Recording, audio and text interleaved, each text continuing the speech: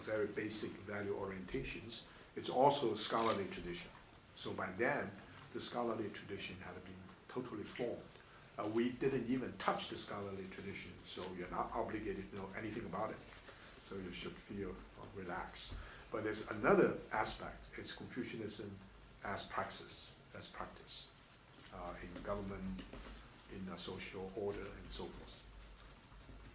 Now, just 1 minute about a very, very important period in Chinese history. If you miss this minute, you missed about 3 or 4 centuries, maybe even 6 centuries.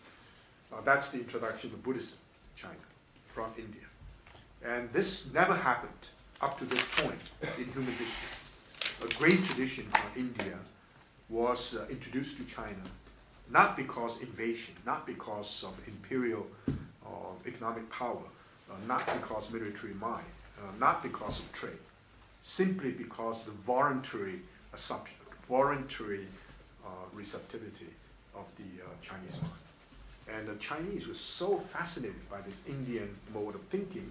Some of the Chinese, major Chinese thinkers traveled, this famous case of Zhang traveled, I don't know how long, and then stayed in India for 13 years.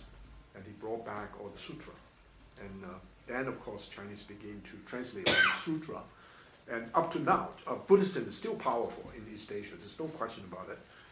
And the sutra in Chinese, we call the number of sutra, totally quantitative. It's all the sutras, including the Bali language, the Sanskrit language, all the original Indian languages combined, maybe multiplied by 5 or 10. So the sutra is terrific. And the only other sutra, the collection of sutra that's comparable, we don't know because we haven't really done any really good cataloging. That's Tibetan Buddhism, in Tibetan. So anyway, Buddhism was so powerful, and that we can say that Buddhism penetrated every aspect of Chinese culture. In highly philosophical ideas, many of the so-called Neo-Confucian thinkers we're going to talk about were under the influence of Buddhism. And Buddhism contributed to architecture. If you visit China now, it's not possible for you not to encounter Buddhist temples. Just like in America, you always encounter all kinds of churches or cathedrals. And one thing that even experts fail to recognize is that Buddhism influenced Chinese economics, banking, loan, maybe financial exchange, institutions. Many of the economic institutions were first developed in the temples. And of course, tourism. In other words, without these temples, it's very difficult for you to travel from one place to the other. Most of these scholars, when they travel, they stay in temples, Buddhist temples, and often were very well treated. And of course, the way of life. China, even today, is very serious about celibacy. That's not true in Japan.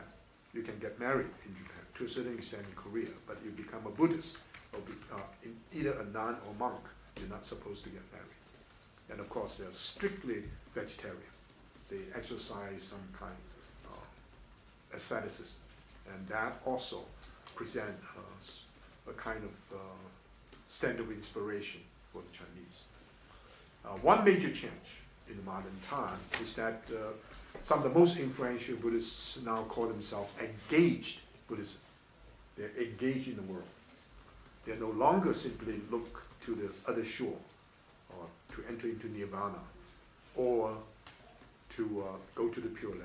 They're involved in the world here now. That's true with Christianity. It's difficult to imagine a Buddhist say, well, this world is the red dust, let's pollute it further. Or a Christian would say, this is simply the world of Caesar, let's wait for the kingdom of God yet to come, let's pollute it. There's no way you can do it. Only in our generation it becomes totally established as care for the earth becomes concern of all the major traditions. And Confucianism, of course, started with this proposition. There's no idea of heaven and so forth. Now the big question is whether there is a third epoch. And this is not the question we're going to address now, but after spring break, we talk about this great thinker, Wei-ming, Then we talk about all these modern issues, how Confucian tradition responded to feminism, feminist critique, how it responded to ecological problems, to human rights, and so forth. These are, if the Confucian tradition failed to meet the challenge of feminism, meet the challenge of environmental concern, or meet the challenge of human rights and so forth, Confucianism is unlikely to be further developed. Among them, I think the most difficult challenge turned out to be feminism, but anyway, we'll discuss those kind of issues. Now today, we should focus on the second epoch, a major figure by the name of Zhou, and at least you learn how to pronounce the name, right? Zhou, easy to pronounce that. And Zhou, of course, was a great inheritor of some of the 11th century and 12th century thinkers. And since you're assigned to read the writings of these thinkers, from nobody read this book, but I think many of the things is it on the web or something you can take advantage. This is the book, and it's now most people don't read books. They look segments from the selections from the internet. But anyway, this book was published many years ago by Princeton University Press. It's called A Sourcebook in Chinese Philosophy by a great contributor to Confucian studies in North America, by the Wing-tsit, also a teacher friend of mine, who died a few years ago in his 90s. He could have lived to the primal age of 100, but he failed, and that's very unfortunate. He not only translated, but compiled this and interpreted this book. It's a comprehensive survey of Chinese philosophy, original texts, from antiquity before Confucius all the way to the modern times.